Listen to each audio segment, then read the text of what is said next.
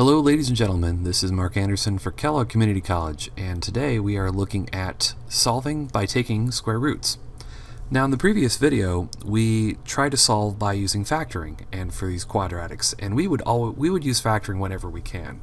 But in this situation, you cannot use factoring, or in fact, you should probably not use factoring because it would be better to use the taking of square roots. And we're only going to use this when you have an x squared or some x minus a number quantity squared without an x in the equation. And I mention that because you'll note that this first equation right here doesn't have a y in it as well. So it's not like y squared plus y plus 1 equals 16. It's just y squared equals 16. And if you can isolate the root, which we have pretty much done here, or the problem doesn't have anything in front, behind, or below the y squared, we can just take the square root.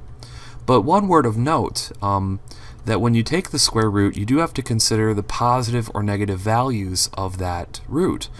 So for example, the answer here would be plus or minus 4, because I could plug a 4 or a negative 4 back into y squared, and then after squaring it, it would give me 16.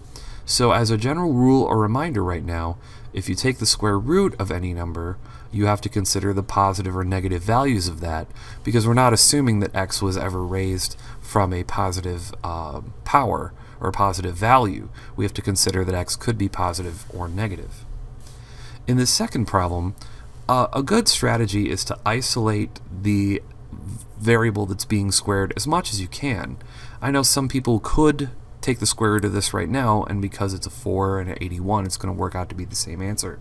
But I appreciate moving everything over to one side so I can maybe isolate that squared variable, and that way the the problem over here is kind of set up where I can just easily take the square root of both sides, and x is equal to the plus or minus of the square root of 81 over 4. Now, using a quotient rule of radicals we learned in a previous chapter, we can split that up. So x is equal to plus or minus 9 halves.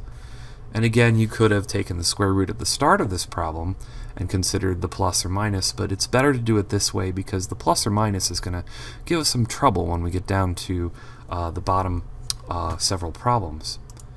So let's look at this next problem here. Let's try to isolate that variable here. And if you note that this is a difference of squares problem, you could get the answers pretty quickly as 10 and negative 10. But either way, that you're still going to get the same thing if I take this, this 100 and move it to the other side. So y squared equals to 100. Take the square root of both sides, so y is equal to plus or minus 10. And I said, yes, you could factor this because this is the difference of squares, but this isn't really where we're practicing the difference of squares pattern. For this problem, I will divide both sides by 5 because, again, what I'm trying to do is isolate this binomial and get that all to one side of the equal sign. And on the other side, 80 divided by 5 is 16. Now I can take the square root of that entire binomial and just end up with the contents of the inside of that binomial, which is, in this case, not x, z minus 2. This is equal to plus or minus 4. Now what's important about this is we have to get the 2 to the other side, and in a very common mistake, a lot of students will, without thinking about it, just add the 2 to the 4 and say, alright, plus or minus 6. But it isn't plus or minus 6, not at all. Because if you have that 2 added to the plus or minus 4, then what you have is plus or minus 4 plus 2, which is not the same thing as plus or minus 6. And let me extrapolate. We're going to take this into two different places. One situation where the x, or this plus or minus 4 is a plus 4. And yes, you would get the answer of 6. But if that 4 was not a plus 4 and was a minus 4 instead, you'll note that this will not give us the negative 6. This will give us an answer of negative 2. So for those of you who thought, oh, if I just add 2 to plus or minus 4 and get plus or minus 6, that's not actually what's happening in the problem.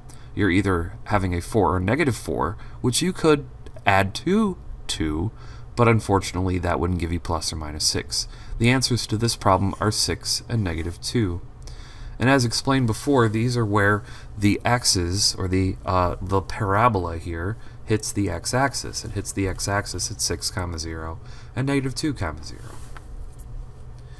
So, for our final two problems of this section that I've created to give you some help, some scaffolding of what you're about to see in your homework, here we have a problem where I'm going to move the 75 to the other side.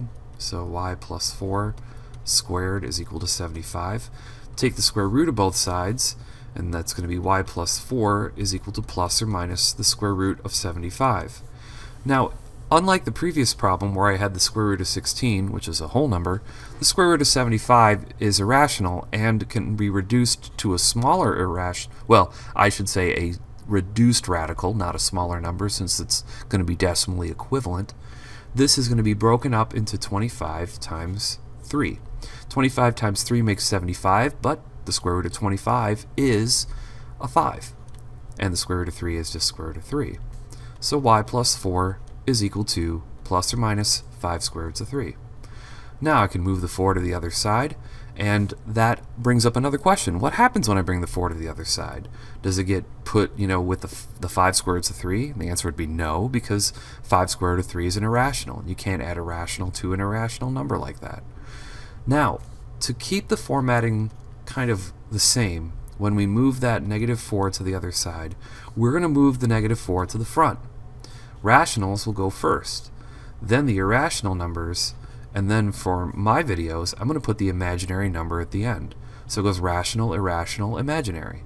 You will see that fits the format of the quadratic formula and also the format of a plus bi, which you will see in section 5, I believe, in the book I'm using, but you will see all over the place in the imaginary numbers section when they usually introduce it around quadratics, especially when the quadratic formula has a negative under the radical. So that is the answer to the problem. We're done there. The negative 4 cannot be combined with this.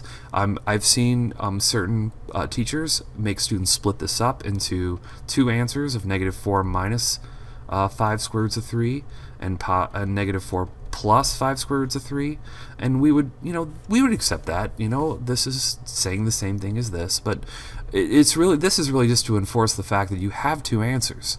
They can be approximated with decimals, but these are the exact answers where x would hit, or the parabola would hit, the x-axis. So for our final problem here, it's going to be pretty similar to the last one we did. We move the 80 over to the other side, take the square root of both sides. Now the square root of 80. The square root of 80 can be broken down into the square root of 16 and the square root of 5, which is the same thing as plus or minus 4 square roots of 5. We would put the square root of 4, the square root of 16 first, right there, so that's 4 square roots of 5. It's better to do it that way because if you put the 4 at the back, which is multiplication, it may look like the square root of 54. Subtract the 1 from both sides, so x is equal to negative 1 plus or minus 4 square roots of 5. Alright, well, thank you for watching. I appreciate the clicks and the views. Thanks again.